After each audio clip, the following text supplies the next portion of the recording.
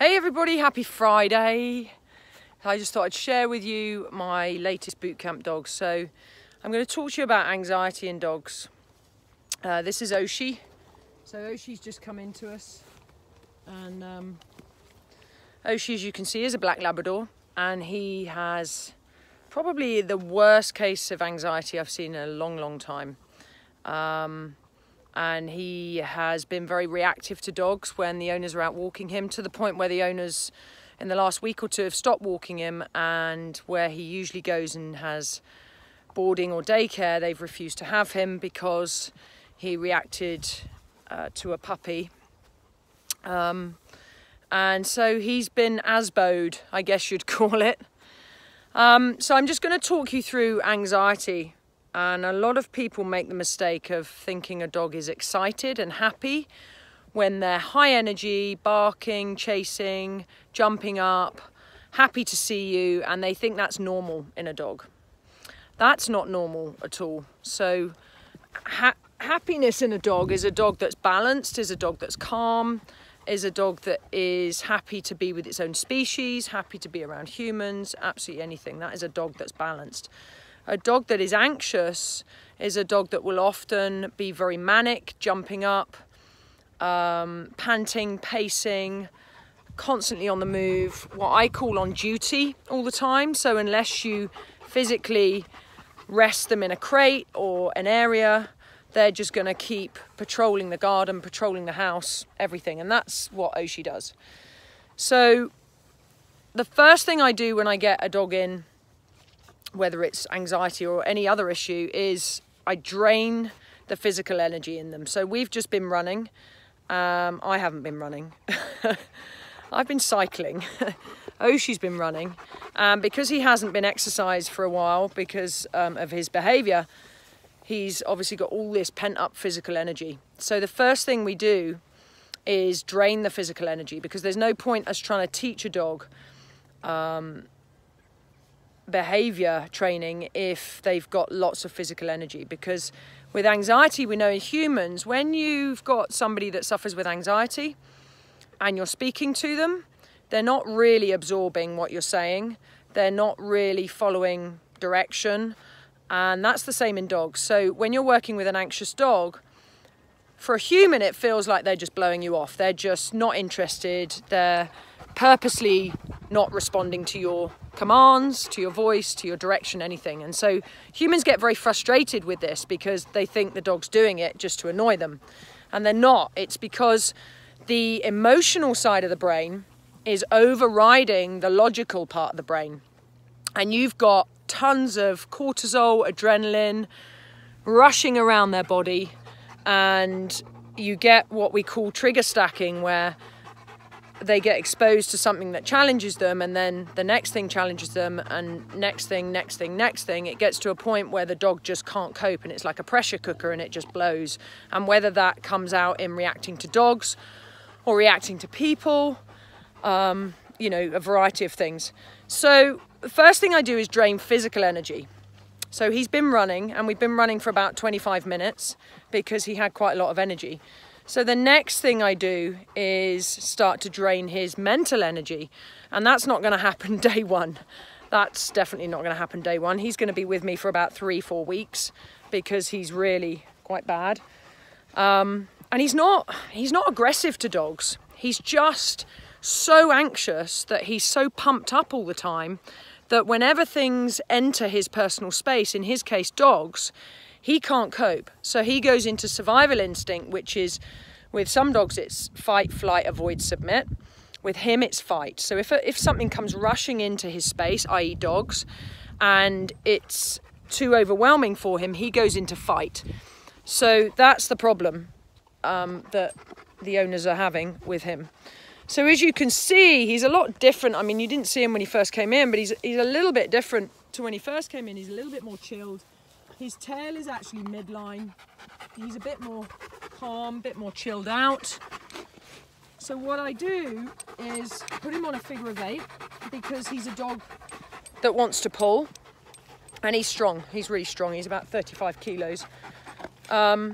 And then I just work him on a long line. So as you can see, his pack drive actually is quite good.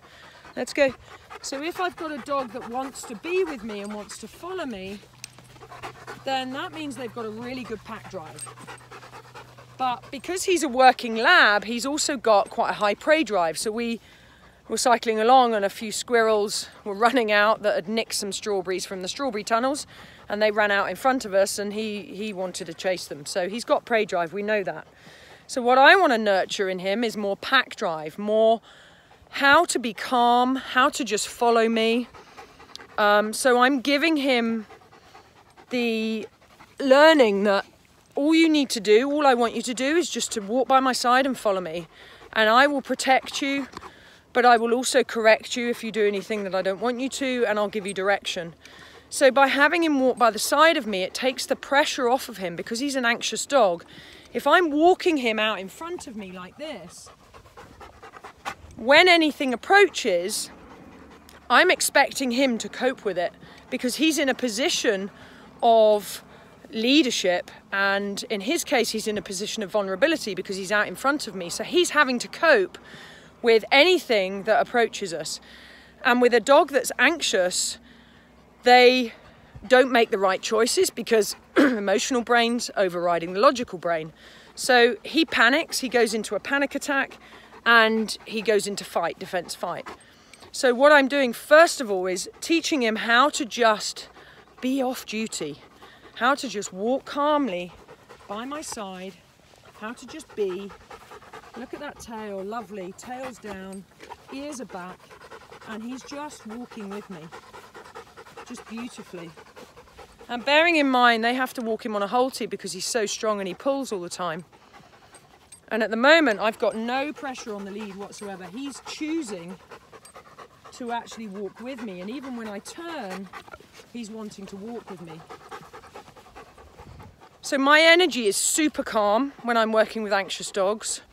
I'm still assertive, but I have to be super, super calm, because if I get frustrated or anxious or annoyed with an anxious dog, guess what? It makes them more anxious. So what happens? Their anxiety rises, their behavior escalates, and then you get a reaction, whether it's to dogs or people, whatever their issue is. So your energy is key. Let's go. And he's super, super intelligent. You know, I hardly need to give him any direction at all, and he's with me. The problem is with him as well is he's quite humanized. So he wants to be around people all the time. He can't settle. He doesn't know how to lay down when people are in the house. Let's go. So he is quite attached to humans. He's what I call humanized. And that's when a dog has spent lots of time with people and they've often been loved too much and not given any leadership or direction. And what happens is they then become addicted to you. And then what happens is they are prone to protecting you because they think it's their job to be your leader and protect you. And then they'll be territorial around the garden, around the house, blah, blah, blah. So the first couple of days is about just getting him to do the basics of just walking by me, just following me, and learning how to just experience calmness and relaxation. Oshi, sit. Stay. Stay. So I'm just going to ask him to stay. Stay. So you can see, as soon as I put pressure on him of asking him to be away from me, he starts to move. And then he starts to get manic again, his tail starts wagging, he starts getting a bit jumpy. Oshi, sit. Stay.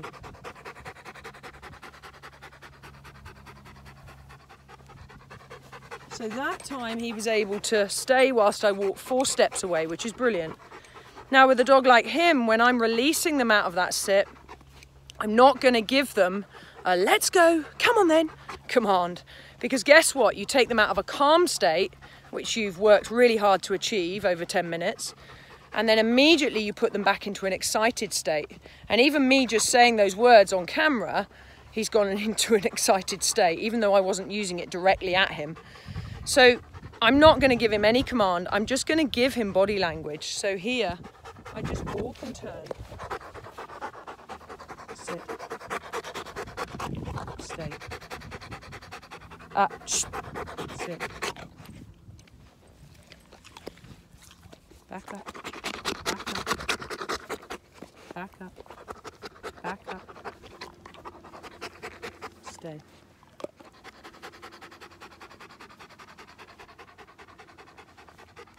So then I just turn. And you can see that yes, he's gone a little bit excited, but not to the extent he did when I used my voice. So I'm almost going to do silent training with him. I'm not going to use my voice much at all because he's a very excitable dog when you use your voice. I'm just going to use lots of body language. Sit. Sit. Lots of spatial pressure, eye contact, stay.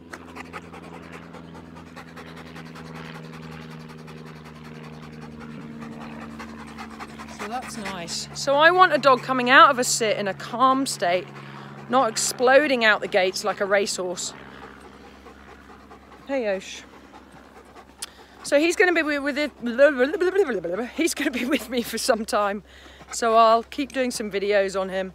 But I just wanted to share with you how anxious he is, because he is probably one of the worst cases I've worked with in a long time.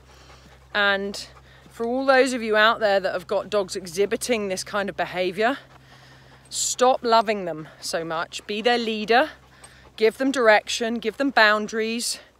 But really, really, really, the most important tool is your energy. So think about, are you calm?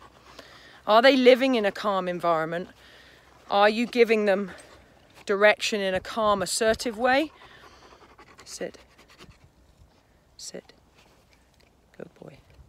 And then that will make all the difference. So your dogs need leadership, correction and direction, not love, love, love. Alrighty. So we'll leave it there and I'll let you know how he gets on.